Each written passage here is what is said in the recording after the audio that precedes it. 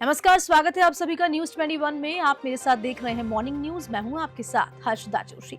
अलवर राजस्थान राज्य पथ परिवहन निगम विभाग द्वारा भर्तहरी व पांडुपोल मेले में अतिरिक्त रोडवेज बसें लगाई गई। मत्स्य आगर डिपो प्रबंधक प्रशासन संजय चौधरी ने बताया कि हर साल की तरह इस साल भी पांडुपोल और भर्तहरी का मेला आयोजित होने जा रहा है, जो कि दोनों मेले एक साथ आ जाने से ज्यादा बसें लगाई गई, जो दिनांक 9 से 12 तक चलेंगे। मेले को देखते हुए रोडवेज प्रशासन ने पूर्ण रूप से तैयारी कर ली है, जो बाहरी डिपो से 60 बसें मंगवाई गई हैं और मत्स्य डिपो के 20 बसें हैं। यात्रियों को किसी भी तरीके की कोई परेशानी नहीं होने दी जाएगी। चौधरी ने बताया कि लगातार मेला होने के कारण और ट्रैफिक व्यवस्था ना बिगड़े, इसलिए बसों का संचालन कुशलगढ़ से, मुडावड़ा से, थानागाजी से होते हुए मेले में जा सकेगी। ये बसों का रूट रखा गया है। यात्रियों की सुरक्षा के लिए उड़न दस्ता भी लगाया गया है। यदि किसी भी यात्री को कोई दिक्कत होती है तो फोन के माध्यम से समस्या का समाधान हो सकता है। अलवर से ब्यूरो चीफ प्रदीप गोयल की रिपोर्ट।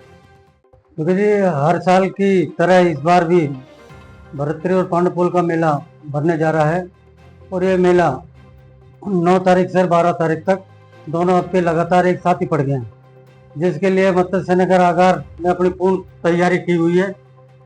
बाहर के अलग अलग डिपोओं से 60 बसें मंगाई हैं और मत्स्य नगर की 20 वाहनें, इस तरह से 80 वाहनें लगातार पांडुपोल और भरतपुर के मेले में चलेंगी। और यात्री भार बढ़ता है तो वाहनों को और भी बढ़ाया जा सकता है। यात्रियों को किसी तरह की असुविधा बसों की तरफ से नहीं होगी। अब बात करेंगे गंगापुर सिटी की, जहां पर जिले के बामनवास क्षेत्र में न्याय की मांग को लेकर पेयजल टंकी पर चढ़ने के मामले लगातार बढ़ते जा रहे हैं। हाल ही में बाटोदा कस्बे के बरनाला रोड पर एक युवक ने अपने मामले में कार्रवाई की मांग को लेकर पानी की टंकी पर चढ़ गया। इस घटना के दौरान ग्रामीणों की भीड़ मौके पर जमा हुई। सूचना मिलने के बाद बाटोदा एसएचओ भरत सिंह और डेप्यूटी संतराम सहित बामनवास प्रशासन मौके पर पहुंचे। डेप्यूटी संतराम ने बताया कि युवक रिंकू मीणा है, जो भावड़ का निवासी है। रिंकू की पत्नी वनीता का एक निजी क्लिनिक पर इलाज के दौरान निधन हो गया था। इसके बाद रिंकू ने कथित चिकित्सक और कंपाउंडर के खिलाफ मामला दर्ज कराया, जिसकी जांच डेप्यूटी संतराम कर रहे थे। मामले की धीमी प्रगति से नाराज होकर रिंकू ने आज पानी की टंकी पर चढ़कर प्रशासन से कार्रवाई की मांग उठाई। प्रशासन ने अतंत युवक को समझाया और आश्वासन दिया कि मामले में जल्द कार्रवाई की जाएगी। ग्रामीणों ने कहा कि यदि 2 महीने के भीतर कार्रवाई नहीं होती तो वो मिलकर आंदोलन करेंगे। समझाइश के बाद युवक पानी की टंकी से नीचे उतर गया और उसे बरनाला अस्पताल में मेडिकल करवाने के लिए ले जाया गया। गंगापुर सिटी से भगवान जांगिड़ की रिपोर्ट। सर, बच्ची के बच्ची कोने हुई पेट में। अच्छा, या का ये कमला हॉस्पिटल में बात हो। अच्छा, उसमें ले गया। उसमें जा और कंप्यूटर बोला कि इसकी होगी सब सफाई जी। उसके बाद में कैसे बोला कि सोनोग्राफी होगी। कि सोनोग्राफी कोई तो नहीं, 5000 रुपये दे दो और हम नहीं कर देंगे। फिर इसमें सब 5000 रुपये यहाँ कर ली। 15 मिनट बाद में बस सलमान खान जो कंप्यूटर उसने बोला देखने को भाई कोई मवेशी गलती होगी। कहाँ तो इसकी बात आ गई।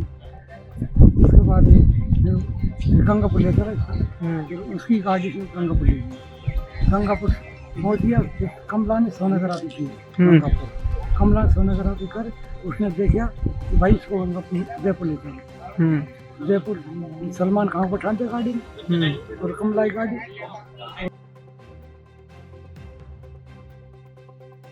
खबर जोधपुर से है, जहां 4 और 5 सितंबर को कॉम्प्रिहेंसिव प्राइमरी हेल्थ केयर पर 2 दिवसीय रीजनल कॉन्फ्रेंस का आयोजन किया जाएगा। ये सम्मेलन देश भर में प्राथमिक चिकित्सा और स्वास्थ्य सेवाओं को ग्रामीण स्तर पर उपलब्ध कराने के उद्देश्य से आयोजित किया जा रहा है। चिकित्सा एवं स्वास्थ्य विभाग की अतिरिक्त मुख्य सचिव श्रीमती शुभ्रा सिंह ने बताया कि इस कॉन्फ्रेंस का आयोजन केंद्रीय स्वास्थ्य मंत्रालय और एनएचएम राजस्थान के संयुक्त तत्वावधान में किया जाएगा। सम्मेलन में देश के 10 राज्यों के चिकित्सा क्षेत्र के अधिकारी और विशेषज्ञ शामिल होंगे। कॉन्फ्रेंस में आयुष्मान आरोग्य मंदिर चिकित्सा केंद्र स्तर पर कैंसर जैसे असंक्रामक रोगों, टीबी जैसे संक्रामक लोगों की प्रारंभिक पहचान, उपचार और उच्च चिकित्सा संस्थानों पर रेफर करने की सेवाओं पर व्यापक विचार विमर्श किया जाएगा।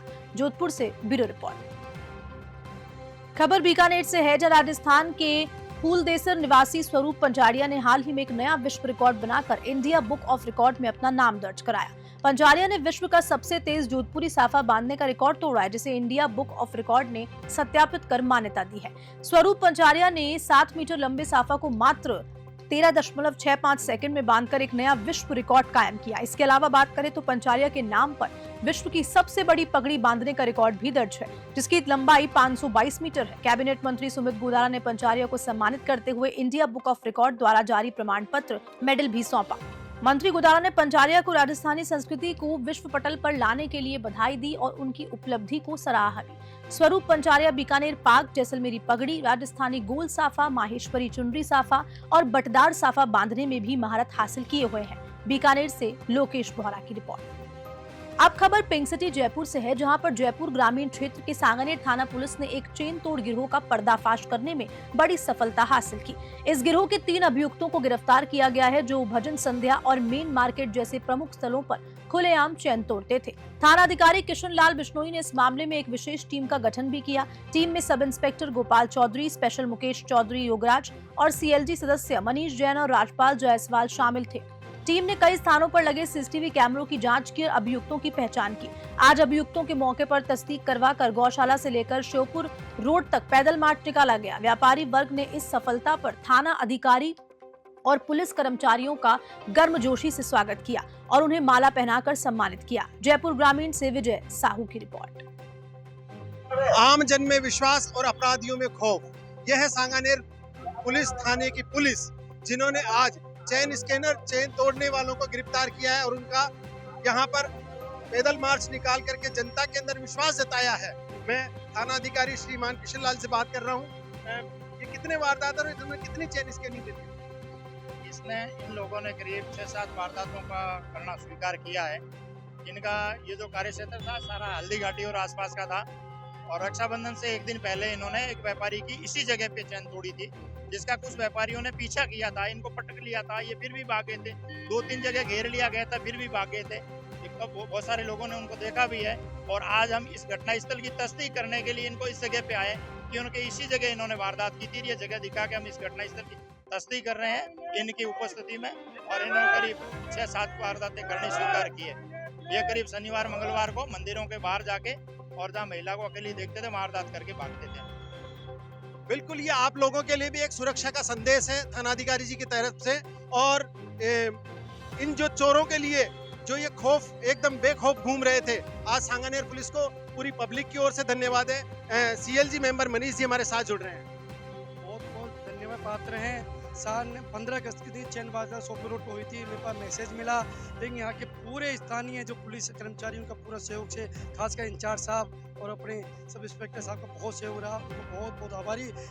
ये दहशत जो निकली है वे हर चोरों की दहशत निकलेगी, जिससे यहाँ पर चोरी कदम दूर भागेंगी।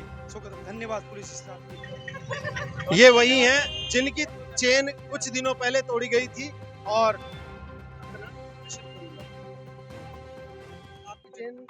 जो मैं यहाँ पे बाहर दुकान लगाता हूँ, मेरी खुद की दुकान है, राखी हम बेच रहे थे। मैं 2 मिनट बैठा था, पीछे से आए मेरी चेन तोड़ के ले गए। हम लोगों ने कोशिश करी, लेकिन हमारे तो क्या है, ये बस में होते नहीं है। पूरी सांगानेर पुलिस का धन्यवाद देता हूँ मैं तो, इन्होंने करके दिखाया वो काम, और ज्यादा दिन में नहीं, सिर्फ कम दिनों के अंदर इन्होंने बहुत बढ़िया काम करके दिखाया। अब खबर बानसूर से है, जहां पर पूर्व कैबिनेट मंत्री शकुंतला रावत ने बास दयाल थाने के स्थानांतरण का विरोध जताया है। रावत ने आज बानसूर में एक प्रेस कॉन्फ्रेंस की। इस दौरान उन्होंने कहा कि बास दयाल थाना पिछली सरकार में खोला गया था, जिससे क्षेत्र में अपराधों में कमी आई, लेकिन मौजूदा सरकार इसे बंद करना चाहती है। उनका कहना है कि बानसूर में लगातार क्राइम की घटनाएं सामने आ रही हैं। पुलिस प्रशासन कोई ठोस कदम नहीं उठा पा रहा। पिछले दिनों हरसौरा क्षेत्र में एक नाबालिग बालिका को अपहरण कर दुष्कर्म का मामला सामने आया था। इस घटना को 1 महीना हो गया है, लेकिन पुलिस अभी तक आरोपियों को गिरफ्तार नहीं कर सकी है। बासदयाल थाने के स्थानांतरण को लेकर रावत ने कहा कि कांग्रेस सरकार में क्षेत्र में आपराधिक घटनाओं को रोकने के लिए बासदयाल थाना खोला गया। पिछले 1.5 साल से बासदयाल में थाना संचालित है और क्षेत्र में क्राइम की घटनाओं पर रोक लगी है, लेकिन बीजेपी सरकार इसे कराड़ा में खोल रही है, जिससे कि यहाँ अपराध बढ़ेगा। उन्होंने कहा कि प्रदेश में बीजेपी सरकार बनने के बाद से विकास कार्य बहुत अटक गए हैं। बीजेपी ने डबल इंजन की सरकार की बात कही थी, लेकिन यह सरकार कुछ भी काम नहीं कर रही। बानसूर से सतीश शर्मा की रिपोर्ट। नगर पालिका कांग्रेस की सरकार ने और हमने खोली थी बानसूर में, जिसमें तुरंत विकास के काम शुरू हो गए। आप देखेंगे कि बानसूर की गली गली जो है पक्की कर दी है। वहां माता के मंदिर तक हॉस्पिटल जाने के रास्ते भी बाईपास भी बना दिया गया है कि माता के मंदिर पे अगर जाम लगे तो मरीज परेशान नहीं हो, पीछे से चले जाए। ये क्या करेंगे क्या नहीं करेंगे, अभी तो इनको कोई पता ही नहीं है कि काम करने की क्या प्रक्रिया है। मुझे लगता है ऐसा है, बिल्कुल सूना काम पड़ा है। खबर देसूरी से है, जहां मंगलवार को राजसमंद जिले की सरहद पर देसूरी नाल में एक बड़ा हादसा होते होते टल गया, जब मध्य प्रदेश से रामदेवरा की ओर जा रही एक यात्री बस का ब्रेक फेल हो गया। वे चट्टान में जा टकराई। बस में लगभग 60 यात्री सवार थे, जो रामदेवरा दर्शन के लिए जा रहे थे। ये दुर्घटना नागदेवता मंदिर के पास हुई, जहां बस का ब्रेक अचानक फेल हो गया। बस के चालक ने सूझबूझ का परिचय देते हुए बस को नियंत्रित करने की पूरी कोशिश की और इस दौरान चट्टान से टकरा गई, जिससे बस रुक गई। इस घटना में सभी यात्री सुरक्षित रहे और किसी के भी गंभीर रूप से घायल होने की सूचना नहीं मिली। देसूरी नाल के पहाड़ी मार्ग पर ऐसी घटनाओं का खतरा हमेशा बना रहता है, जहां तीव्र मोड़ और ढलानों के चलते वाहन चालकों को विशेष सतर्कता बरतनी पड़ती है। बस चालक की तत्परता और सूझबूझ के कारण एक बड़ा हादसा टल गया, जिससे सभी यात्री सकुशल बच गए। दुर्घटना के बाद यात्रियों में हड़कंप मच गया, लेकिन जल्द ही सभी को सुरक्षित बाहर निकाल लिया गया और राम रसोड़े में ठहराया गया। बाद में यात्रियों को दूसरे वाहन से उनके गंतव्य के लिए रवाना किया गया। देसूरी से न्यूज़ 21 के लिए जय सिंह राठौड़ की रिपोर्ट। अब खबर अराई से है, जहां भाजपा युवा नेता सुभाष चौधरी ने मंगलवार को अराई क्षेत्र के विभिन्न गांवों में दौरा किया और आमजन के अभाव अभियुक्त सुने। अराई उपखंड के छोटा लांबा में भूस्खलन होने से जानियों की ढाणी में माताजी के मंदिर के पास भूस्खलन से बड़ा गहरा गड्ढा हो गया और बीजेपी नेता सुभाष चौधरी को इस बात की जानकारी मिली, जिस पर सुभाष चौधरी तुरंत घटना स्थल पर पहुंचे और सरपंच कानाराम मेघवंशी और स्थानीय ग्रामीणों के साथ घटना स्थल का मुआयना किया। बीजेपी नेता चौधरी ने घटना स्थल पर ही स्थानीय प्रशासन और उपखंड अधिकारी को घटना से अवगत कराया और त्वरित कार्रवाई करते हुए तुरंत राहत प्रदान करने के लिए कहा। स्थानीय प्रशासन ने त्वरित कार्रवाई करते हुए तुरंत ही जेसीबी और अन्य साधनों में उक्त घटना स्थलों पर त्वरित कार्रवाई की। ग्रामीणों ने तुरंत कार्रवाई के लिए सुभाष चौधरी एवं प्रशासन को धन्यवाद ज्ञापित किया। सुभाष चौधरी ने आज विभिन्न ग्रामीण क्षेत्रों कटसुरा, अराई, छोटा लांबा, आकोड़िया, गोटियाना का दौरा कर शोक संतप्त परिवारों को ढांढस भी बंधाया। अराई से न्यूज़ 21 के लिए प्रकाश भागनानी की खबर। प्रतापगढ़ से है, जहां पर प्रतापगढ़ में भ्रष्टाचार निरोधक विभाग की टीम ने बड़ी कार्रवाई करते हुए सुहागपुरा उपखंड अधिकारी कार्यालय में तैनात कनिष्ठ सहायक मुकेश सालवी को 10,000 रुपए की रिश्वत लेते हुए गिरफ्तार किया। रिश्वत की ये राशि उसने जमीन के रूपांतरण पर स्टे लगवाने और नाम जुड़वाने की एवज में मांगी थी। भ्रष्टाचार निरोधक विभाग प्रतापगढ़ के एएसपी विक्रम सिंह ने बताया कि बजारी गांव निवासी परिवादी द्वारा एसीबी में शिकायत दर्ज करवाई गई और उसके पिताजी की पुश्तैनी जमीन है। उसके रूपांतरण को रोकने एवं पिताजी का नाम चढ़ाने के लिए कनिष्ठ सहायक मुकेश सालवी ने 50,000 रुपए की मांग की, जिसकी शिकायत उसने भ्रष्टाचार निरोधक विभाग प्रतापगढ़ में की। बाद में सौदा 40,000 रुपए में तय हुआ और सत्यापन के रूप में 30 अगस्त को 7,000 रुपए मुकेश सालवी को दिए गए। बाकी की रकम बाद में देना तय हुआ। आज परिवादी द्वारा 10,000 रुपए की रिश्वत मुकेश सालवी को दी गई, तभी एसीबी द्वारा ये कार्रवाई की गई। अग्रिम अनुसंधान जारी है। प्रतापगढ़ से न्यूज़ 21 के लिए तेजकरण राठौड़ की रिपोर्ट। अब खबर डीग से है, जहां पर डीग में चल रहे श्री जवाहर प्रदर्शनी और ब्रज यात्रा के 11 दिवसीय मेले के दौरान अखिल भारतीय विराट कुश्ती दंगल का आयोजन डीग कुम्हेर बीजेपी विधायक डॉक्टर शैलेश सिंह के मुख्य आतिथ्य और सभापति निरंजन टकसालिया की अध्यक्षता में हुआ। इस दौरान नगर परिषद और बीजेपी कार्यकर्ताओं द्वारा विधायक शैलेश सिंह का साफा और जल महलों की तस्वीरें भेंट कर भव्य स्वागत किया। वहीं पूर्व की परंपरा से हटाकर पहली बार वैट की कुश्ती दंगल आयोजित हुआ, जिसमें स्थानीयों के अलावा दूर दराज से इलाकों से आए पहलवानों ने अपना जोर आजमाइश की। इस मौके पर विधायक डॉक्टर सिंह के पहलवानों को बधाई और शुभकामनाएं देते हुए अगली बार के कुश्ती दंगल के आयोजन को मैट व गद्दों पर करवाने की घोषणा की। उन्होंने कहा कि मुख्यमंत्री से चर्चा कर शीघ्र ही डीग जिले में खेल स्टेडियम निर्माण करवाया जाएगा।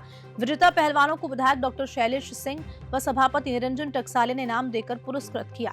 दिल्ली के सुमित पहलवान प्रथम रहे, जिनको इनाम के तौर पर 81,000 रुपए दिए, गद्दा और खिताबी पट्टा दिया गया। डीग से न्यूज़ 21 के लिए पंकज शर्मा की रिपोर्ट।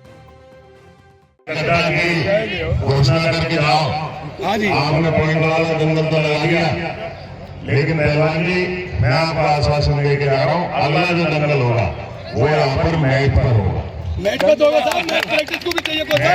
इससे पहले मैं आपको अपने कोटा से आपको मैट दिलवा दूंगा और किसी एक स्थान को अपन तय कर लेंगे, वहाँ पर मैट लग जाएगा और वहाँ पे जिसके अखाड़े के पहलवान हो वहाँ पर प्रैक्टिस करने जा सकते हैं। और क्या अनुभव कर रहे हो आप? ये नई सूची है जो पहलवानों के लिए अच्छी चलाई, ओलंपिक लेवल पर ये जो टूर्नामेंट करा है बहुत अच्छी सबक मिलेगी और अपने जो युवा है उनको आगे चलने का मौका मिलेगा और जनता से बहुत प्यार मिला, सम्मान मिला और ऐसे ही हर बार दंगल होता रहे। मैं भगवान से यही कामना करता हूँ। और इसी खबर के साथ फिलहाल के लिए मॉर्निंग न्यूज में इतना ही। नमस्कार।